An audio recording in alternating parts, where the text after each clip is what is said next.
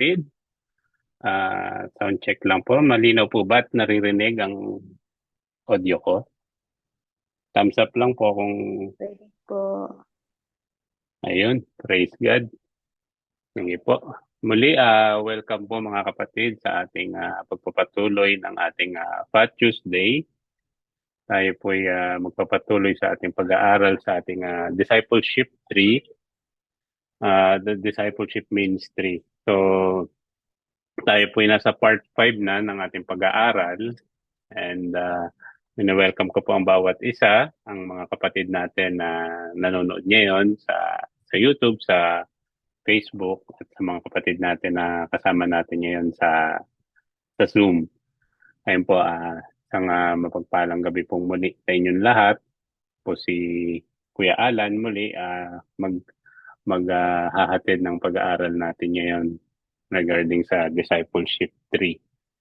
So, ayun po, no? Tayo po ay mag-umpisa na at bago tayo mag-umpisa, tayo po ay manalangin muna. Sige po. Yes, Lord, Father in Heaven, Lord, once again, salamat po, Lord God, sa oras na ito, Lord God, na pinagkaloob mo sa amin, Lord God, and we thank you, Lord God, sa pribilehiyong ito, Lord God, na muli, Lord God, ako magamit mo, Lord God, upang maghatid ng salita mo sa pag-aaral na ito, Lord God. Lord, alam ko nga po, Lord God, na kami gabayan mo, Lord God, at ako humihingi, Lord God, ng patuloy na gabay mo. Bigyan mo po ako ng wisdom, knowledge, Lord God, sa pag-aaral na ito, Lord God. Ikaw po ang manguna at ikaw po ang maitaas, Lord God. At Lord, dalangin ko, Lord God, sa buhay ng bawat isa, Lord God, na buksan mo ang mga puso't isipan sa pakikinig, Lord God, at Lord, alisin mo nga po ano man ang gawa ng kaaway, Lord God, ano bang hindrances, Lord God, na dadali ng kaaway ay kami humihingi sa iyo ng gabay, Lord God, at patuloy, Lord God, na pangalan mo lamang ang maitaas, Lord God. Lord, panghawakan mo at palakasin ang aming mga internet connection nang sa ganun hindi kami magkaroon ng interruptions, Lord God. At patuloy sa pag-aaral na ito, Lord God, ay patuloy na turuan mo kami, Lord God, na amin itong maunawaan, Lord God, at patuloy na magamit namin, Lord God, sa pagdi-disciple ng aming mga kapatid at patuloy, Lord God, na sa araw-araw, Lord God, na gagawin namin. Ikaw po ang maitaas, Lord God. Muli, Lord God, sa'yo namin inaalay ang oras na ito. Samahan mo po kami. We all the glory in Jesus' name. Amen. Amen. Ayun po.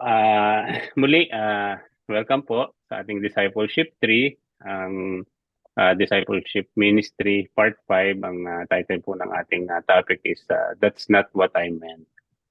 Okay po. So, in review lang po regarding do sa past na pag-aaral natin, short recap lang po tayo do sa nakaraang pag-aaral natin sa part 4 na uh, tinala sa atin ni Pastor Marvin, yung about rules to interpret by. So, bali dito, no, yung pag-aaral natin last week, tinalakay natin yung yung principles of Bible interpretation na kung saan tinuro sa atin dito na sinabi sa atin na as we interpret yung Bible nga, always interpret daw yung scripture in light of its context. Di ba? Kaya ano natin lagi kung ano yung context nung pinag-aaralan natin. And interpret natin yon scripture by scripture. Di ba? Kumbaga, in relationship ng scripture to scripture, i-relate natin siya and interpret din natin daw siya according sa proper definition ng mga words. Diba? Kaya napakahalaga na kumbaga alam natin yung pinakakahulugan talaga nung mga binabasa natin. And interpret din daw natin siya according to the correct grammar. Amen po. So, ayun, interpret din natin siya according sa historical, geographical, and cultural background. Kumbaga talagang saliksikin natin yan, yung mga points na yan. And interpret din natin to according to the normal meaning of the words. Diba? Unless daw yung meaning is clearly inadequate. So, lagi natin tatandaan to, no? Yung principles na pinag-aralan natin nakaraan. So, after nga nun, tinuro rin sa atin, as we interpret daw yung scripture sa pag-aaral natin, gumamit tayo ng mga Bible resources or mga Bible reference. Uh, Isa na rito, yan, yung mga Bible dictionaries, di ba? Actually, yung mga applications ngayon, and may mga books, may mga, kumbaga, naka-embed na ng mga Bible dictionaries kapag nag-install tayo ng mga application, 'di ba? Gaya ng may ginagamit din ako yung Blue Letter Bible. May downloadable dictionary na rin 'yon. Mada-download nyo rin yung sa mobile nyo, yung Blue Letter Bible. Hindi ko lang sure kung may bayad siya. Meron din siya sa Mac, ginagamit ko rin siya sa Mac. And yung concordance, 'di ba? As reference, gamitin din natin yung mga Bible concordance kasi napaka laking tulong nito. Yung concordance, yung concordance list, ito daw yung mga words na ginagamit sa Bible na nagbibigay ng reference sa mga instances na ginagamit throughout sa entire biblical text. Ayun po. So, ayun, gamit din tayo ng mga Bible encyclopedias, 'di ba, na makakatulong sa pag-aaral natin, yung mga Bible commentaries. Yan, madalas ko yung gamit din ako nito, yung mga Bible commentaries. 'Di ba, yung nakaraan nabanggit ni pa si Matthew Henry, 'di ba? Maganda rin po yung mga niya. Minsan inaano ko rin yung kay David Gusick na commentary. And meron din yung sinadjust ni Pas na Bible Ref, may application din yun or website, magagamit din po natin siya. And yung mga Bible Atlas, yan, yung kumbaga makikita natin yung mga illustrations ng mga maps sa Bible. Yung Life Application Bible na meron kami nila Pas is meron yon. Kada chapter na may relationships kunwari yung tinravel nung binabanggit doon, makikita mo doon may mga maps silang inaano doon. And yun, mga reference books, gamit din tayo ng mga reference books and yung mga libro about hermeneutics, yung mga pag-aaral sa Bible. And ngayon sa panahon niya, meron na rin mga Bible study software na magagamit natin. So, ayun po, no? Actually, dito natutuwa ako kasi ang dami ritong ewan ko lang kung sa Saudi ganun din, may mga lumalabas kasi rito na sa Facebook na mga feeds, may mga binibigay sila ng mga Bible study guides, mga devotional guides, and minsan may mga libro pa sila na pinapadala rin, physical book, ipinapadala nila dito. Magre-register ka lang tapos i-send nila sa'yo free yung mga material.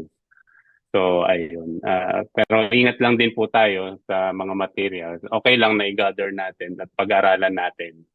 Kasi, minsan, di ba, may mga ibang katuruan ng mga materials na ma-receive natin. So, maging rin tayo. Kaya mahalaga rin na pinag-aaralan natin yung scriptures para nauunawaan natin na gaya niya, may ma-receive ka materials or may ma-download ka materials, 'di ba? Alam mo, 'di ba? Kumbaga ma-discern mo na may mali or may something na iba dun sa tinuturo ng materials na 'yon. Ayun po. So, sige po, tuloy po tayo. Mm-hmm. So, sa pag-aaral po natin, ayun, kung makikita natin, no, Discipleship 3, that's not what I meant, ang sabi niya rito.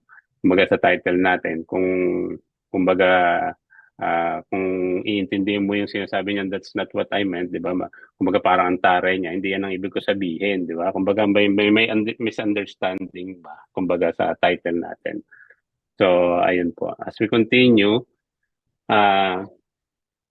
meron po tayong situation dito, no, na pabasahin na kunwari yung mga, di ba, may mga kapatid tayo dyan ng mga kababaihan, di ba, may mga nanliligaw sa inyo, di ba, minsan yan, may mga manliligaw tayo, di ba, sabi ng iba, sana all na lang, di ba, and ayun, sabi rito, may letter daw na kumbaga, hindi ko lang alam ngayon kung uso pa tong love letter na ganito eh. So, Pero ako yung time namin na-experience ko yan, yung gumagawa pa ng letter. Pero ngayon hindi ko na alam kung may mga gumagawa pa ng letter, ganun. So, sabi dito, what would you think daw if you wrote a Dear John letter?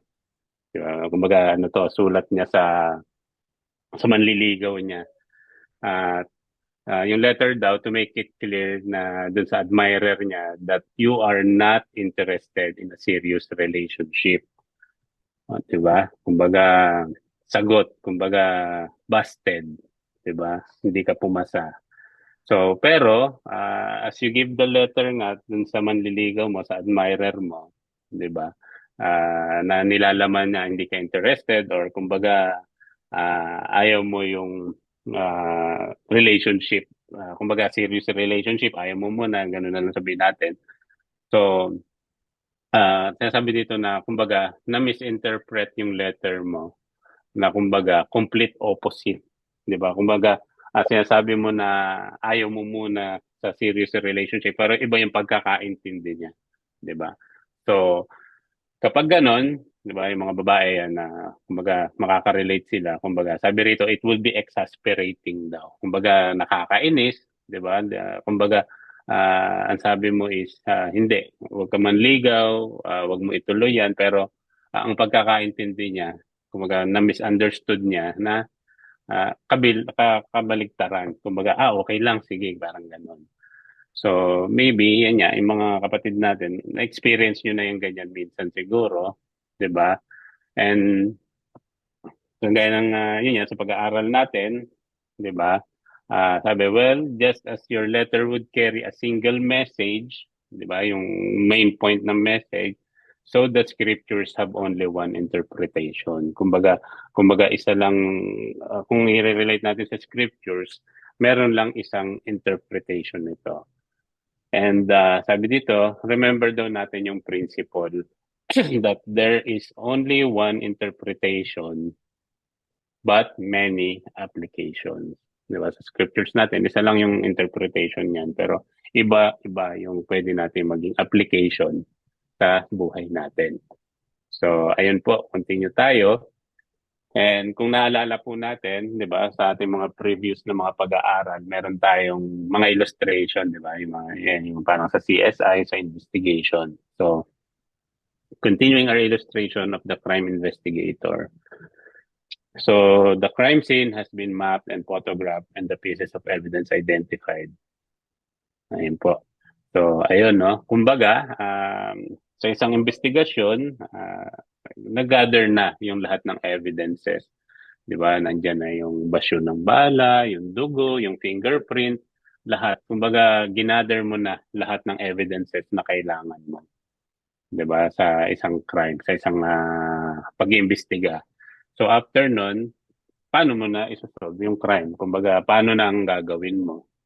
'Di ba? Paano na sa tingin nyo ang gagawin nyo after mo nang mag-gather lahat ng evidences, mag-gather mo na lahat ng mga kailangan mo na kumbaga hint or para dun sa investigation na ginagawa mo. So, now to solve this crime daw, merong kumbaga kailangan gamitin or gawin yung investigator. 'Di ba? Sabi rito, the investigator's most important tool. 'Di ba? Ah, kumbaga after niya mag-gather lahat ng evidences, lahat ng kailangan niya is yung important tool na kailangan niya is yung mind niya and his ability daw to find meaning and significance sa mga bagay na kumbaga na-gather niya, na-observe niya. Kumbaga pagtatagni-tagniin niya na yung mga ebidensya niya. 'Di ba po? Amen po. So, ayun. So, ibig sabihin, pagaganahin niya na yung isip niya. Diba? Gagamitin niya na yung isip niya. So, kumbaga, pag pinagana niya yung isip niya, kumbaga, ano na yung kailangan niyang gawin sa tingin niyo para mas maintindihan niya yung kaso or yung pinag-aaralan niya or yung iniimbestigahan niya. And para ma-relate niya yung mga evidences na hawak niya. Di ba? So, may kailangan pa siyang gawin. Di ba? Beyond dun sa mga investigations niya, sa mga nag-gather niyang evidences, may kailangan pa siyang gawin. Siyempre, regarding dun sa mga hawak niyang mga bagay na yun, mga evidences na yun, kailangan niya ng, kumbaga, magkaroon ng mga, magtanong-tanong ng mga about mga critical questions ba. Kailangan niyang mag-gather ng mga questions pa, mga answers. So, to relate sa pag-aaral natin, di ba, going back nga sa ating pag-aaral, sa pag nag-aaral tayo sa scripture, gaya ng isang investigador, na yung sabi nga natin, magtatanong-tanong ka ng mga critical questions pag nag-iimbestiga. Ganun din, kumbaga, sa sa pag-aaral ng scripture. 'Di ba? Sabi dito, kailangan natin ng quest for meaning or kumbaga magse-search tayo ng meaning involving sa pagtatanong ng mga right questions sa pinag-aaralan natin. So, una rito is yung number one, determine their meaning. So, pag nag-aaral tayo ng ng scriptures, determine daw natin yung meaning. Determine the meaning in a sense na sabi, magtanong ka ng question na what does this word mean? 'Di ba? Kumbaga, sa binabasa mo, no, ibig sabihin ba nito ng salitang to? And yun, what does this phrase mean? And yun, 'di ba? Words, yung talata niya, 'di ba? Ano yung ano bang ibig sabihin nito? And yung word ba na yun or yung phrase na yun or yung talata na yun, ini-interpret ba siya literally or spiritually? 'Di ba? Kung mapapansin natin, minsan 'di ba may mga nag-i-interpret ng verse or ng scripture literally. Pag sinabi sa Bible na ganito kunwari, yun ang mismo ang pinapakahulugan nilang ibig sabihin, 'di ba? Or kumbaga, yung determine mo rin yun kung ano talaga yung pinapakahulugan nun, kung literal ba na ganun yung sinasabi or may spiritual meaning pa siya sa pag-aaral mo na yun. So, ayun po. Yun po yung una. Then pangalawa, sabi rito, determine their significance. 'Di ba? Gaya ng investigador, i-relate mo na yan doon sa ebidensya mong una. 'Di ba? After mo nakuha yung meaning, i-relate mo na yung significance niya or yung kahalagahan din niya, yung relationship niya doon sa nag-gather mong evidences or yung sa mga naano mong mga tanong doon sa binabasa mo. So sabi dito, to determine their significance, ano daw, tanong mo, what is the significant about this word or phrase? Ano ba yung kumbaga relationship niya, kahalagahan niya doon sa binasa mo na na word na yon. So what is the significant about this verb tense or this connective? 'Di ba? Kumbaga saliksikan talaga ang gagawin natin. And tanungin mo rin kung baga why did the author use this word and why did he say it this way? So, ito kumbaga yung mga pinag-aaralan natin ito is ng mga guides lang natin. 'Di ba? Hindi kumbaga marami pa tayo din mga tanong na pwede nating mai-apply sa scripture na binabasa natin. So, ayun po no. Kakadalawa na tayo. Sabi, determine the meaning and pangalawa, determine their significance. So, pangatlo, sabi, determine any implications daw. Ano ba yung inaano nito? Kumbaga, what is implied by the use of this word of praise? Ano yung pinapatungkulan ba nito talaga? 'Di ba? Kumbaga, from number one na quest of for meaning natin, i-relate mo talaga siya. Kumbaga, i-connect mo siya. Pagtatagni-tagniin mo yung kwento. Amen po.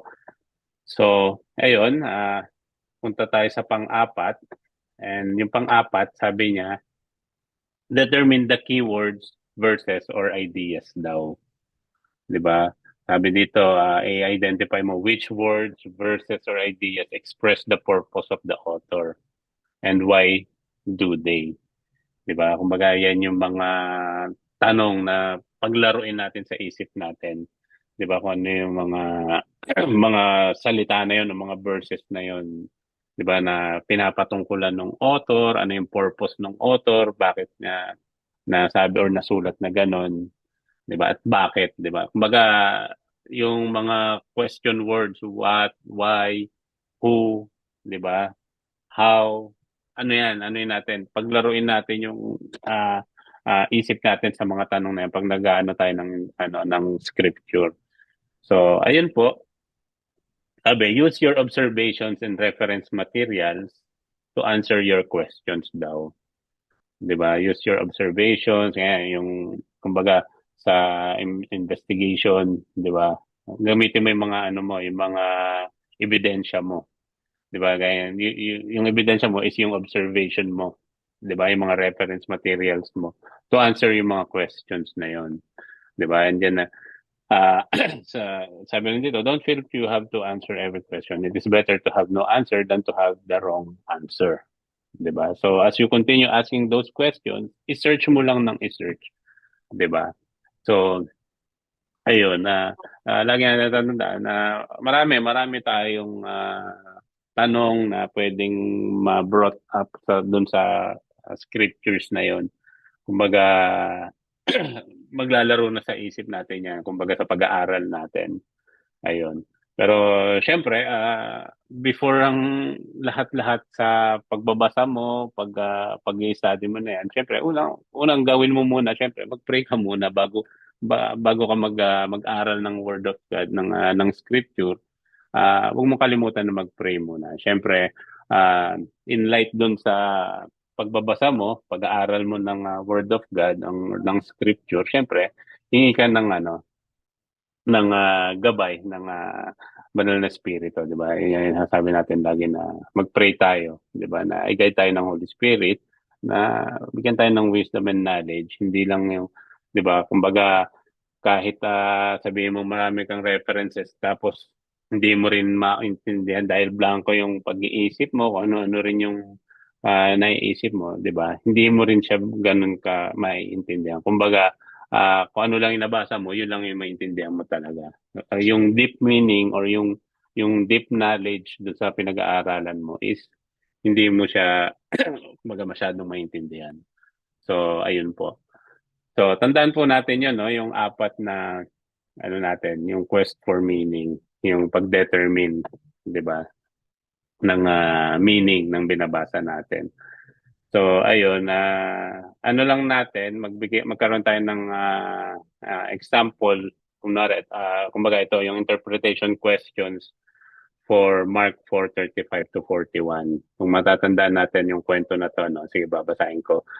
Ito yung yung nasa bangka sila na lumakas yung hangin, yung parang nagkaroon ng bagyo ganun. Sabi rito sa Mark 4:35-41, that day when evening came, he said to his disciples, "Let us go over to the other side." Sabi niya, leaving the crowd behind, they took him along just as he was in the boat.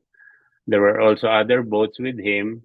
A furious squall came up, and the waves broke over the boat so that it was nearly swamped. Jesus was in the stern, sleeping on a cushion. The disciples woke him and said to him, "Teacher, don't you care if we drown?" He got up, rebuked the wind, and said to the waves, "Quiet, be still." Then the wind died down, and it was completely calm.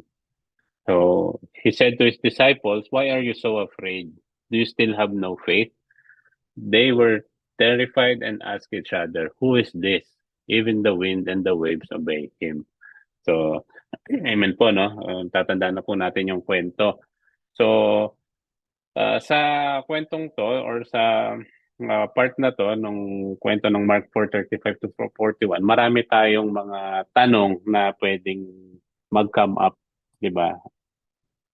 Dito may mga example questions na nabinigay.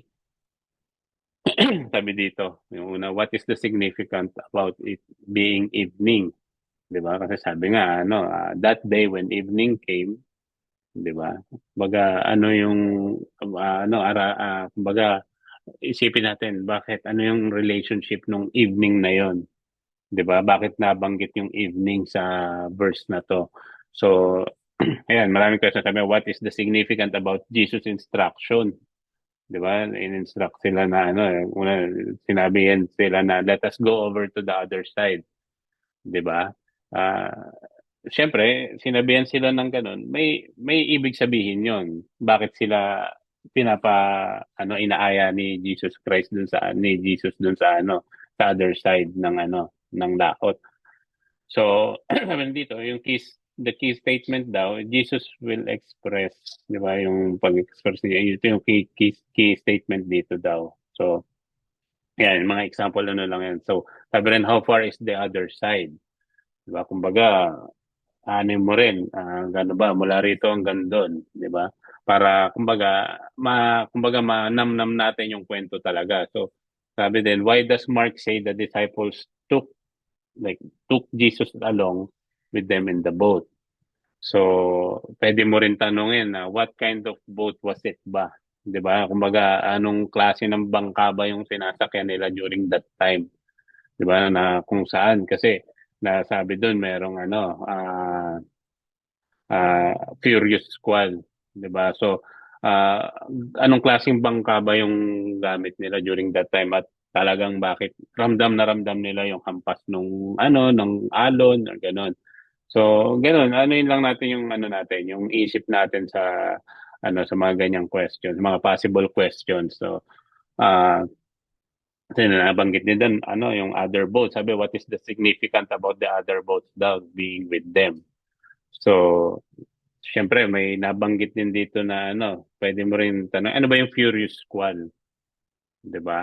So, kung wala kang dictionary, nandiyan naman si Google, 'di ba? I-search mo ano ba yung Furious Squall. Ako madalas ganyan ang ginagawa ko pagka mabilisan na kailangan ko yung word na hindi ko maintindihan, sinesearch ko sa Google Furious Squall, then maano ko yung meaning. And kadalasan din ang ginagawa ko, yung English, kino-convert ko siya. Kunwari, Furious in Tagalog, lalabas na siya sa Google. So maraming na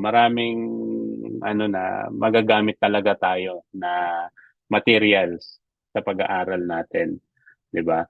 So ano lang tayo, maging resourceful tayo sa pag-gather ng mga information, sa paggamit ng mga materials. Ayun po. And ayun, sabi, are these storms common daw ba? Gaya niyan, yung Furious Squall na yan, common daw ba yan? 'Di ba? Kumbaga, pwede mong ah, itanong din yun. And what is the significant about the situation? Anong relationship nung pagkakaroon nung Furious Squall na yun? I-relate mo lang yun, yung mga tanong na magka-come up sa isip mo. So, uh, what is the significant about how Jesus is described? Di ba, na-describe siya na parang mahimbing yung pagkakatulog niya. Ano yung significance nun? So, what does the disciples' question imply? Yung mga ganyan tanong. So, what is the significance then about Jesus' action? And napansin natin, di ba, yung mga significant things na mga tanong, di ba?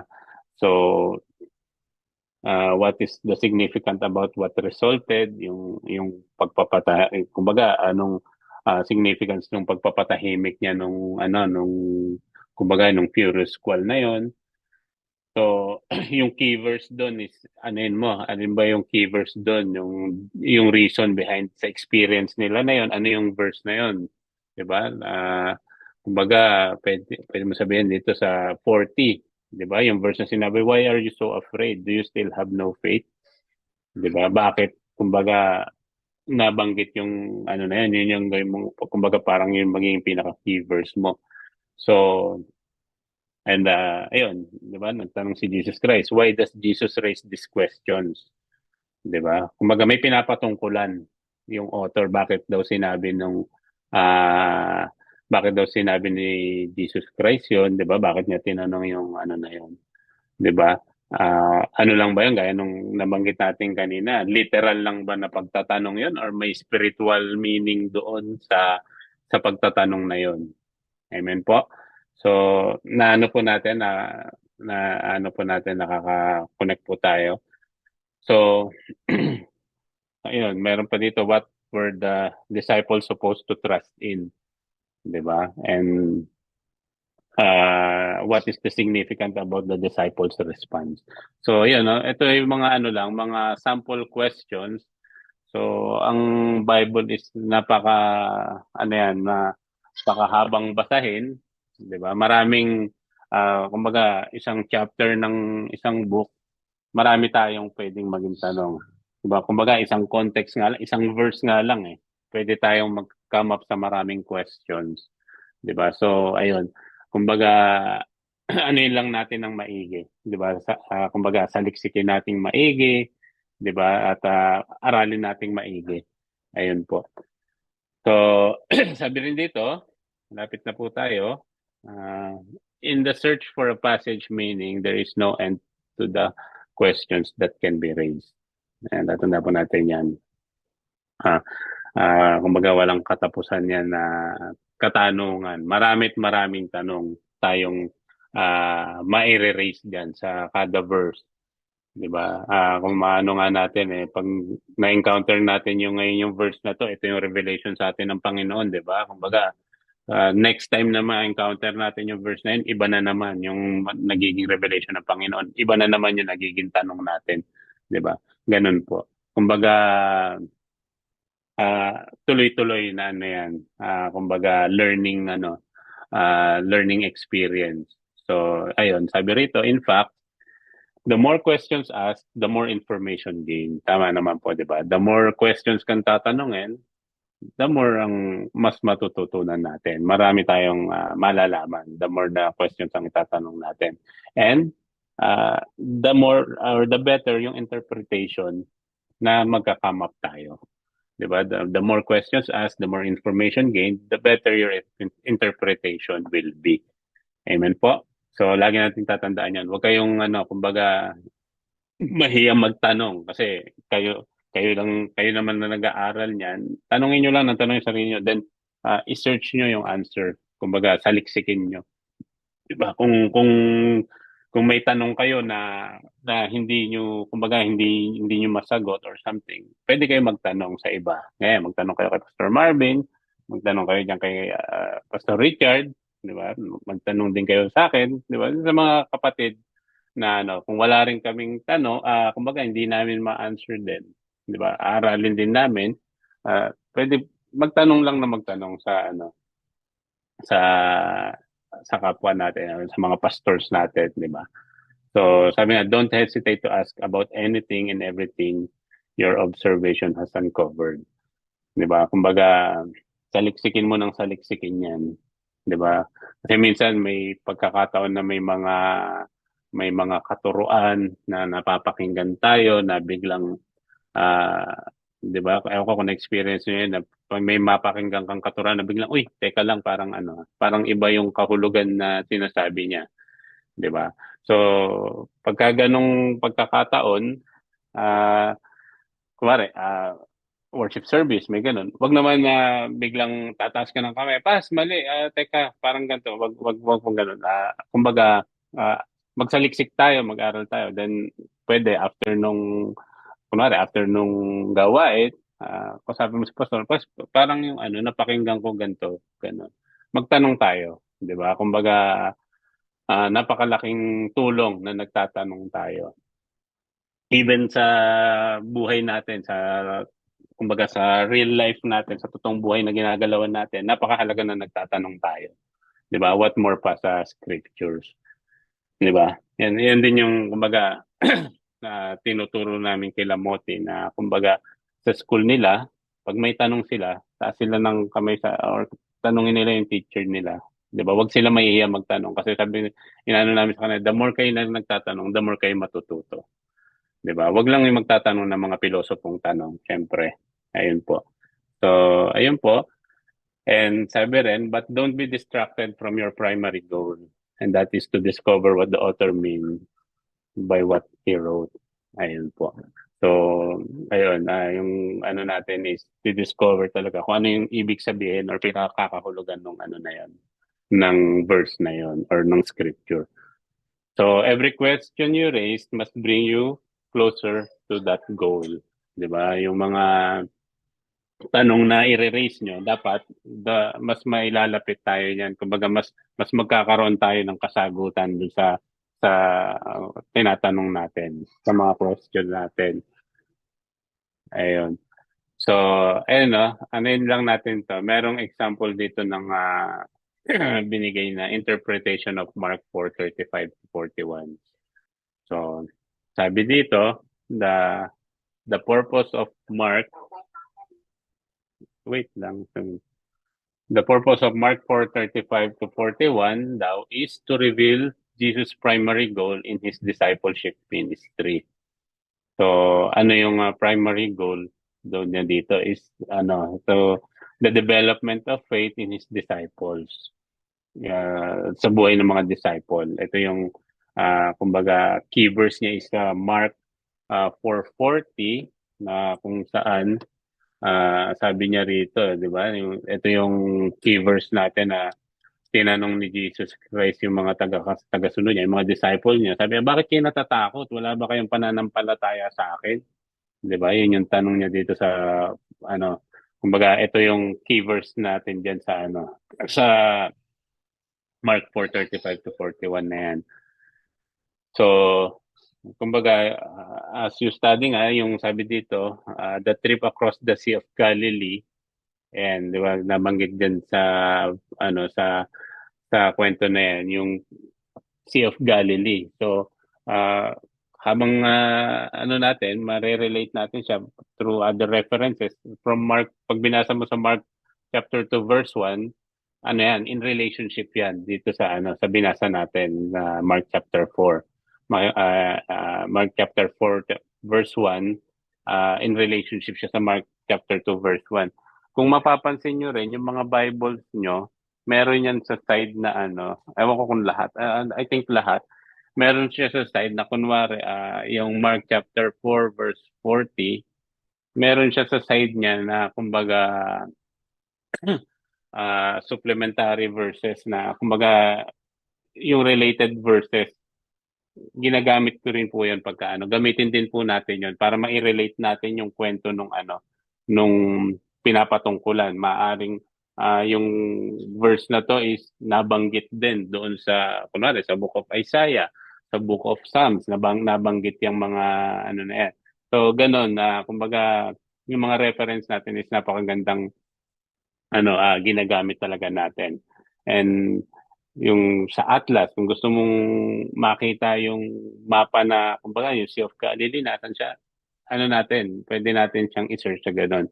So sabi rito, a trip of 8 to 15 miles, yung na yon, yung Sea of Galilee, yung inano nila na yon. So sabi, yan yung yung tinravel, kumbaga yun yung distance or kumbaga detailed niya. So yung lesson daw begins with Jesus' instructions for them to go over to the other side, di ba? Nabanggit natin kanina, go over to the other side of the lake. Ito yung significant statement na pinapatungkol natin dito. Amen po. So ayun, we continue. Sabi rin dito, habang nag-aaral tayo, sabi dito sa interpretation ng Mark, sabi the text says that the disciples took him along just as he was in the boat. So normally daw si Jesus Christ is yun nga, kinakausap niya yung mga disciples dito. Pero yung mga disciples daw is kumbaga sila yung kumbaga sila pa rin yung nagli-lead sa kwentong to. Kasi nga kung makikita natin, sinasabi rito na meron silang confidence yung mga disciples, 'di ba, sa kumbaga paglalayag nila na yun or pag-travel nila dun sa laot. Kasi kung maano natin, 'di ba nabanggit dito, yung mga disciples, four of them daw were professional fishermen. Yan talaga yung trabaho nila. So, in relationship, makikita natin yan pag sinearch natin yan. Kumbaga, sa Mark 1:16 to 20, nabanggit doon yung pagiging talaga fisherman nung mga nung disciples. So, ayun, in relationship lang, kumbaga, mare-relate at mare-relate mo, 'di ba? Yung kwento kapag sinasaliksik talaga natin. Kumbaga, sabi rin dito, they were in their element, familiar sila sa mga surroundings, 'di ba? Kumbaga, nagawa na nila, kumbaga, na nila yan, na-explore na nila yung na yun. Kasi nga, yun na yung trabaho nila. So, yun nga lang, kwento nga, may nangyaring unexpected situation. Gaya nga yun nga, nabanggit dito na nagkaroon ng furious squall, di ba, sa verse na yan. Sabi, meron daw furious squall na sabi, not an uncommon natural phenomenon where strong winds were sweep across the eastern wilderness and down the cliffs. So, sabi natin kahit sabihin mong mga mangingisda na yan, mga yan na kumbaga, madalang nangyari yung gantong 'di ba? Kumbaga naano rin sila, nabigla sila. Sabi dito, striking the surface of the lake and creating a sudden turbulence, 'di ba? Yun yung term. Kumbaga, ah, yung nagsasalita dito, inano niya, ano, gumawa siya ng resources from Bible Encyclopedia. Sinearch niya yon, yung Furious Squall na, kumbaga, nandiyan yung point na sabi, striking the surface of the lake and creating sudden turbulence.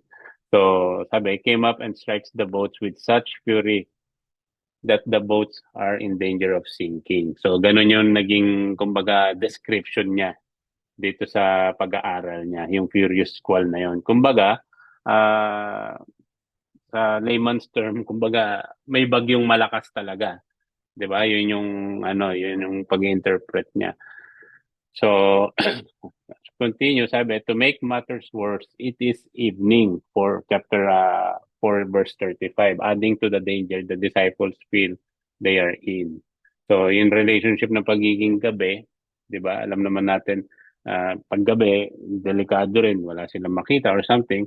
So, sabi dito, interestingly and almost unbelievably, Jesus is asleep on a cushion in the stern. Since gabi nga, ang tendency, ah, may tulog.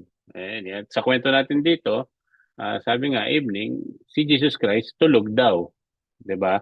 Sabi, he is not anxious nor bothered by the storms swirling around him. Kumbaga, napakasarap ng tulog ni Jesus Christ during this time. 'Di ba? Gabi nga naman, syempre nasa laot ka, masarap ang tulog mo, 'di ba? Kumbaga, i-imaginein mo yung situation na parang, oh nga, no, nasa laot ka, 'di ba? Napakasarap, nasa gitna ka ng laot. Syempre, tulog, masarap ang pakiramdam, matutulog. So, sabi rito, the disciples, however, have had enough and wake Jesus with the accusation. 'Di ba? Since natutulog siya and yung mga disciple is bothered na, ano ba nangyayari? Sabi, may furious squall, sabi ng ganun. Sabi, nung ginising nila, sabi, don't you care if we drown? Sabi ng ganun. Kumbaga, sabi dito, anong verse ba yun? Sabi sa 39. Sa ano, sabi, kumbaga, wala ka bang pakialam? Sabing ganun. Na, kumbaga, lulubog na yung barko. Ganun yung ano, kumbaga, wala ka bang pakialam? Natutulog ka pa dyan. Di ba? Kumbaga, parang ganun yung ano nila. So, sabi dito, dun sa nag-interpret, Howard Hendrick suggests that the implication is at least you can help us bail out. 'Di ba? Kumbaga, ito yung inano niyang resources, no? Kumbaga, reference. Kumbaga, ang meaning na don't you care if we drown, at least you can help us bail out. Kumbaga, tulungan mo lang kaming baga makahanap ng solusyon para hindi tayo lumubog or hindi tayo malunod dito. 'Di ba? So, sabi, their urgent plea only accentuates the seemingly dangerous situation of the moment, especially in the light of the fact that, as noted, four of the disciples were professional fishermen. 'Di ba? Knowing na sila ay professional fishermen, 'di ba? Kumbaga, yung ginawa nilang ganun, na-bother sila, na problema sila. Kumbaga, magiging ano pa, mas delikado pa mangyayari sa kanila. So, as we continue, sabi, Jesus awakens and with nary an effort. So, kita naman natin yung ginawa ni Jesus Christ, di ba? Sabi dito, he simply commands the wind and the waves to cease and cease. Di ba?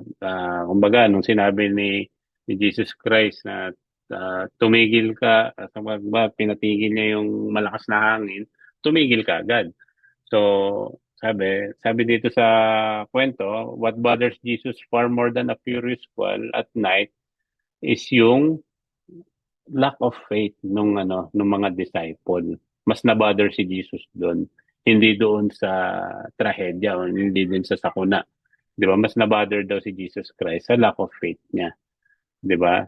'Di ba? Kumbaga, parang pinagalitan pa niya eh. Ah, sabi pa niya, why are you so afraid? Do you still have no faith? 'Di ba? Sabi niya, bakit kayo natatakot? Wala pa rin ba kayong pananampalataya sa akin? 'Di ba? Kumbaga, paano natin, kumbaga sa pag-aaral natin, 'di ba? Paano mo i-relate through those questions na napag-aralan natin kanina, 'di ba? Kumbaga, bakit nasabi ni Jesus Christ yun na takot kayo hanggang ngayon. Kumbaga, wala pa rin ba kayong pananampalataya sa akin, di ba? So, search natin. Kumbaga, i-relate natin. Bakit nasabi ni Jesus Christ yun? Kasi, di ba, alam naman natin, di ba, na yung mga disciples, di ba, kumbaga, yun yung mga eyewitness ni Jesus Christ sa mga miracles niya eh. Di ba, na makikita natin sa from Mark chapter 1 and chapter 2. Di ba, na witness ng mga disciples yung mga miracles na ginawa ni Jesus Christ. 'Di ba? So, na kung saan, 'di ba, nakita natin, dinemonstrate ni Jesus Christ yung power and authority niya, 'di ba, over sa physical and spiritual forces, 'di ba? Nakapagpalaya siya ng mga espiritu, 'di ba? Kumbaga, doon natin i-relate yun. Sinabi niya, why are you afraid? Do you still have no faith? 'Di ba? Kumbaga, yun yung ano natin habang nag-aaral tayo, 'di ba? I-relate mo sa ibang verses bakit niya nasabi. So, nasabi ni Jesus Christ yun kasi nga alam niya na na-witness na nitong mga to yung yung mga nagawa niyang himala during that time, 'di ba? So, sabi rin, a study of Jesus' healings reveals that, that by the authority of His spoken word, demons and sickness cease. Yan, sinabi ko, na makikita rin natin yan sa Mark 1. Binanggit din yan sa Mark 1. So, syempre, bago naman tayo nagbasa ng Mark chapter 4, pagka chronological pagbabasa natin, nag-umpisa tayo. So, marerelate natin yan. Kumbaga, nung mababasa mo na yun sa Mark chapter 4, matatanda ko parang nabasa ko to sa somewhere earlier part ng Mark. So ayun, marerelate mo siya, 'di ba? Yung mga ganong instances. So yun nga. So therefore when Jesus speaks, sabi, and says that they are going to the other side, they are going to the other side. So the object of our faith is Christ with all his authority and integrity. No matter what may come up, Christ's word will prevail. 'Di ba? Laging ang salita ng Panginoon pa rin ang magpe-prevail. Amen po. So, ayun, patapos na. Tayo sa last slide. Sabi, the disciples unfortunately may be in the boat, but they have missed the boat as they query one another, who is this?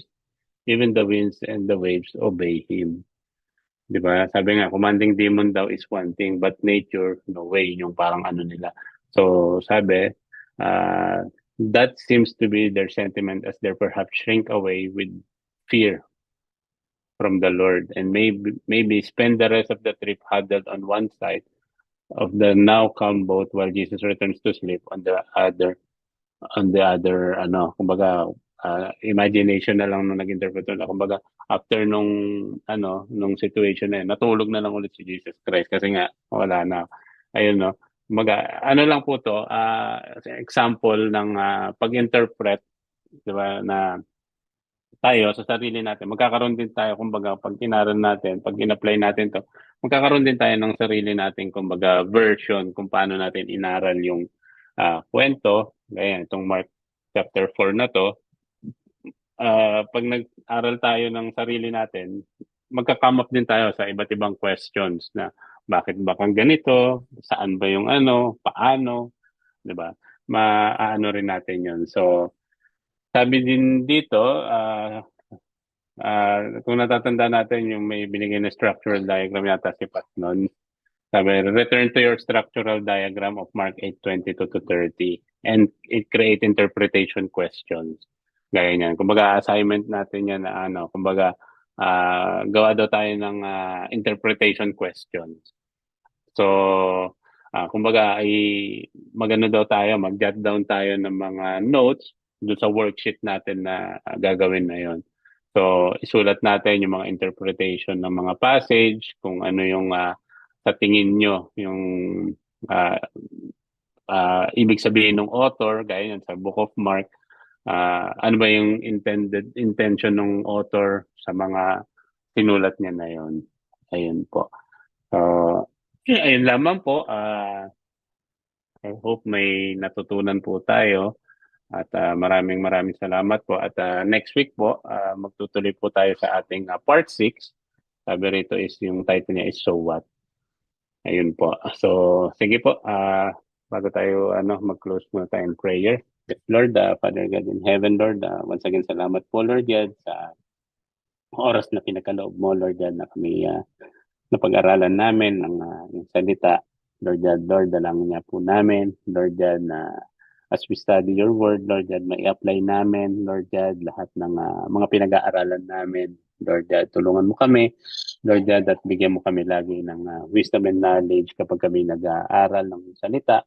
Lord, bigyan mo kami ng revelations, Lord God, na nagmumula lamang sa iyo, Lord God, at buksan mo lagi ang aming mga puso't isipan, Lord, at Lord, give us the heart, Lord God, yung hunger and thirst, Lord God, sa salita mo, Lord God, na in everything we do, Lord God, is to glorify your name lang, Lord God. At Lord, tulungan mo kami, Lord God, na in our idle time, Lord God, na hindi kami, kumbaga, gumawa lamang ng kung ano-ano. Bagkus, Lord God, ay bigyan mo kami ng hunger and thirst, Lord God, na sa idle time namin, instead of doing anything na walang kabuluhan, is mag-aral kami ng salita, Lord God. Lord, tulungan mo kami, Lord God, sa araw-araw na mas lumalim pa, Lord God, sa salita mo. Lord, mas makilala ka pa namin, Lord God, at mas maging intimate pa yung relasyon namin sa iyo, Lord God.